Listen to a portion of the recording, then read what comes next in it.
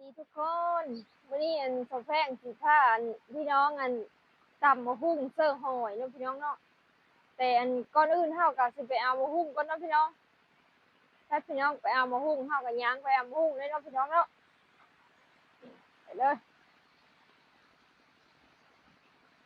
กงนี้นะพี่น้องกงนี้มันยังน้อยๆอยู่มันยังน้อยๆอยู่เนาะกงนี้เนาะเฮาสิไปเอากงน้อยใหญ่ๆนะพี่น้องเนาะนี่พี่น้องเฮากลับมาฮอดกงมะฮุ่งเฮาเลยเนาะพี่น้องเนาะนี่กงมะฮุ่งเฮาก็ดกกระดกเนาะพี่น้องเนาะเฮาก็หาไปเบิ่งเลย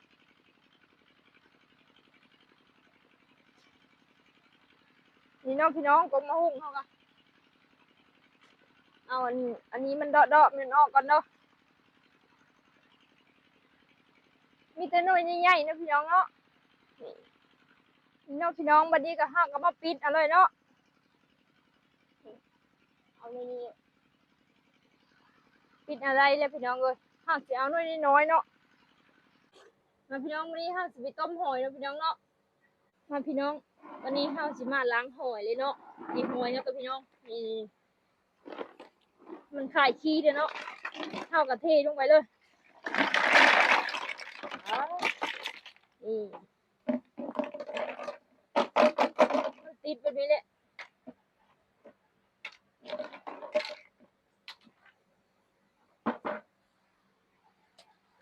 เท่ากับเทาะน้ำล้างกันเนาะเท่ากับสิมาเลอะเอาแต่น้อยเนาะไปตำซุปบะฮุ่งมันจังแซ่บนะพี่น้องตัวใหญ่ไว้ก้อยกิน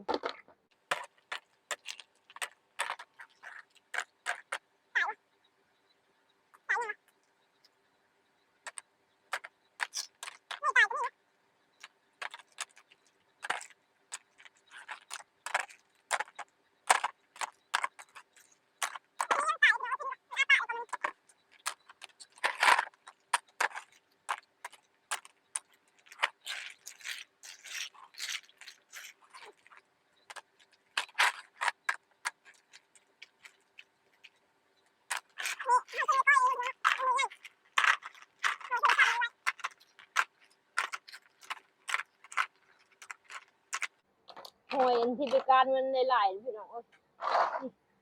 นี่อันนี้จงไว้ก้อยอันนี้ข้าวจีต้มแล้วก็เสื้อตำมะฮุ่งเนาะพี่น้องเนาะ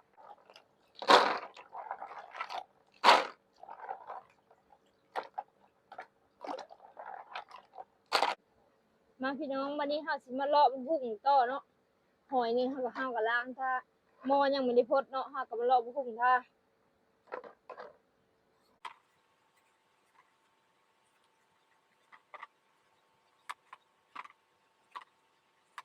สิตำแซ่บๆเลยพี่น้องวันนี้นะตำหอยเส้นหุ่งแซ่บเลย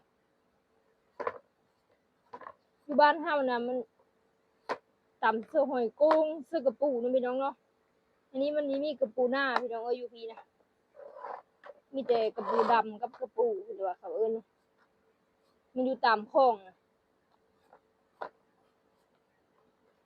บ้านเฮากระปูหน้าหลายเมื่อบ้านสิตำตำหุ่งเสื้อกระปูหน้าเนาะ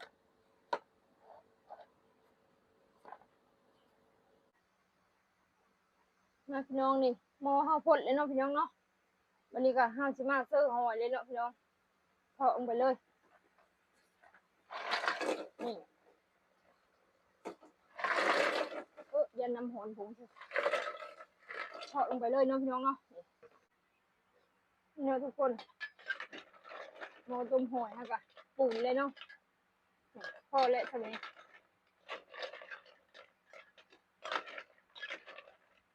ถูกแล้วเนาะเพาะจะกระสับนี้ไว้เนาะ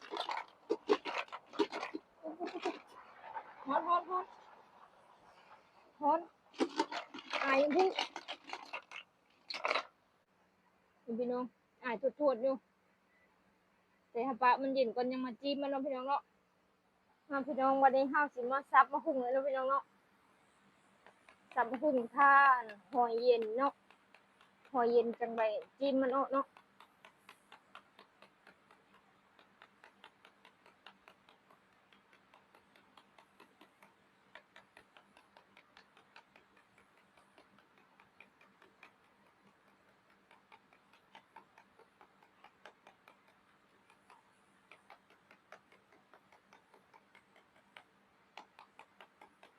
างทีก็ดีหมดมันหน่วยใหญ่พี่น้องกินผู้เดียวหน่วยใหญ่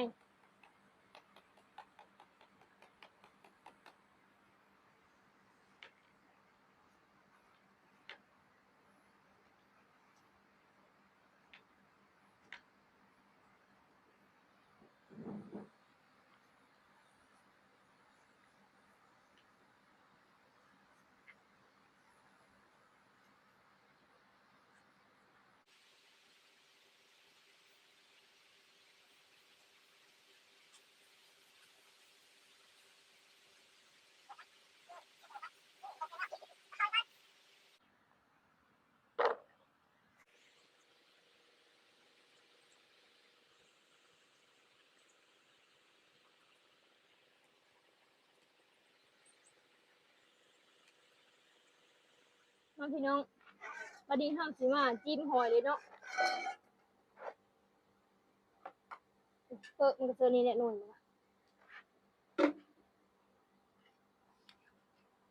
เอาแต่โหมันเนาะเอาโบ่งนี่แหละจิ้มกับพี่น้องมันนี่มีไม่จิ้ม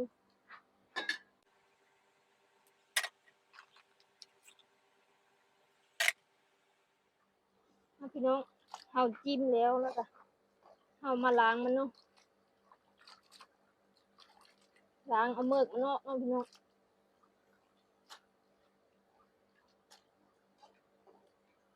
นี่พี่น้องหอยเฮากะเห็นบ่เฮาเอาตามันออกมันนี่ก็เนาะ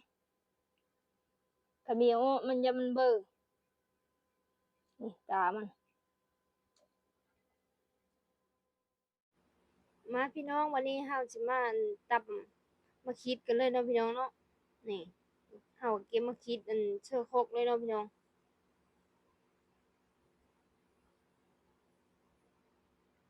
มาคิดก็มีแต่น้อยน้อยเนาะมันมีน้อยใหญ่นะพี่น้องเฮาเก็บใส่เลย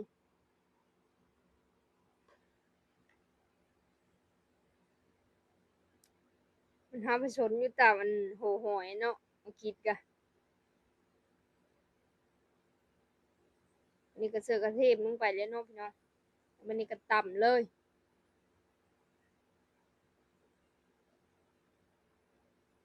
ต่ำปกเลยเนาะพี่น้องเนาะนี่จากนั้นเราก็มาเสิร์ฟน้ำตาลเลยเนาะพี่น้องมันนี่ก็เสิร์ฟน้ำตาลบ่งนึงเนาะพี่น้องแล้วก็เสิร์ฟแป้งโน่หรือว่าผงชูรสเนาะพี่น้องเนาะเราก็เสิร์ฟลงไปเลยบ่งนึงแล้วก็เราก็มาตำให้มันเฮาเดียวเลยบัดนี้ก็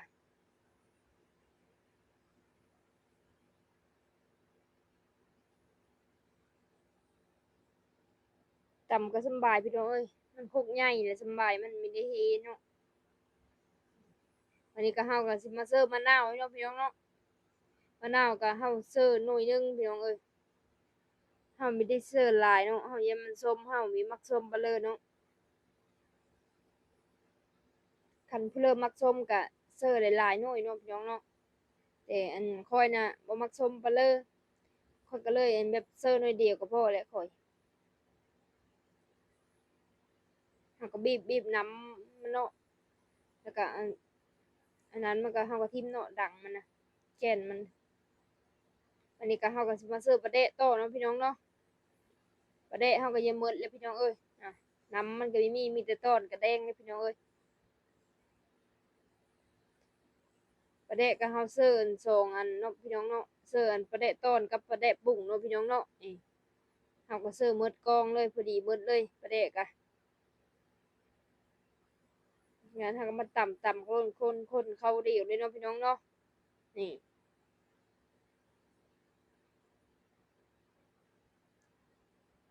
นี่เฮาก็ตักพี่น้องเบิ่งก่อนนี่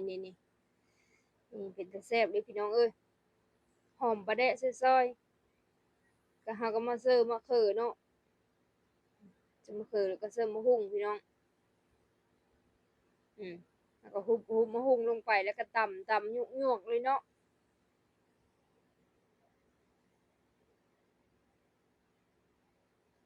เอาก็ตำแบบนี้เลยเนาะพี่น้องเนาะ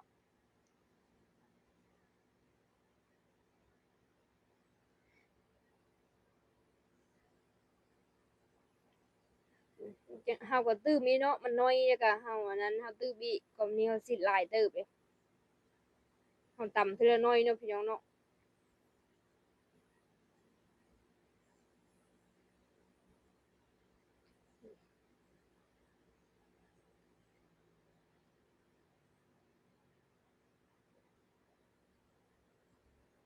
หลังจากนั้นก็อันนี้เฮานั้นสิมาเสิร์ฟโหหอยพี่น้องเอ้ยนี่โหหอยเฮาก็โหหอยเฮาก็ตำเอาครึ่งหนึงเนาะครึ่งหนึงเฮาก็ปะไว้พี่น้องเอ้ยมันหลายโพดแล้วก็เฮาไม่ได้ตำหมดเนาะโหหอยก็วันนี้ก็เฮาก็มาตำด้วยเนาะพี่น้องเนาะนี่ตำเข้ากันเลยให้มันนูให้มันเฮาเนื้อหนังเนาะพี่น้องเนาะนี่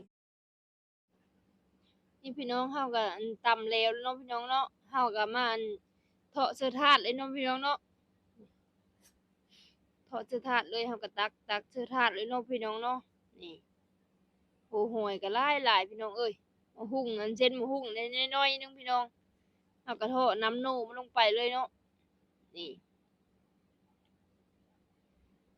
มีแต่โหหอยทั้งหมด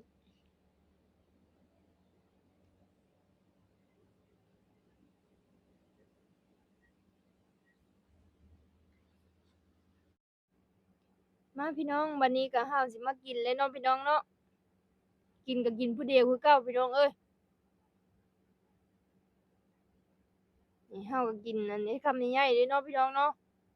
นี่เราก็กินเลยนี่ แซ่บเลยพี่น้องเอ้ย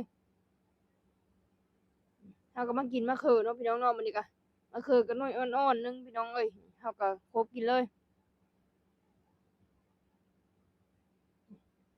นี่ก็มะกะถินเนาะพี่น้องเนาะ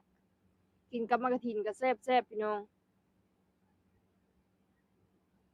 ตำมะฮุ่งกินกับมะกะถินกินกับแบบอันน้อยอันมาแก่ๆเวลาเฮาแกะเสื้อมันก็แซ่บคือเดียวพี่น้องเอ้ย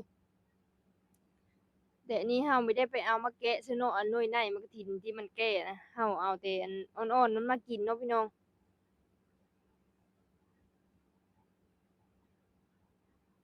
นี่โหใหญ่ๆเลยพี่น้องมื้อนี้ก็เฮาก็มาตักกินอีเนาะเฮาก็เฮ็ดคำใหญ่ๆอีกพี่น้องเอ้ยนี่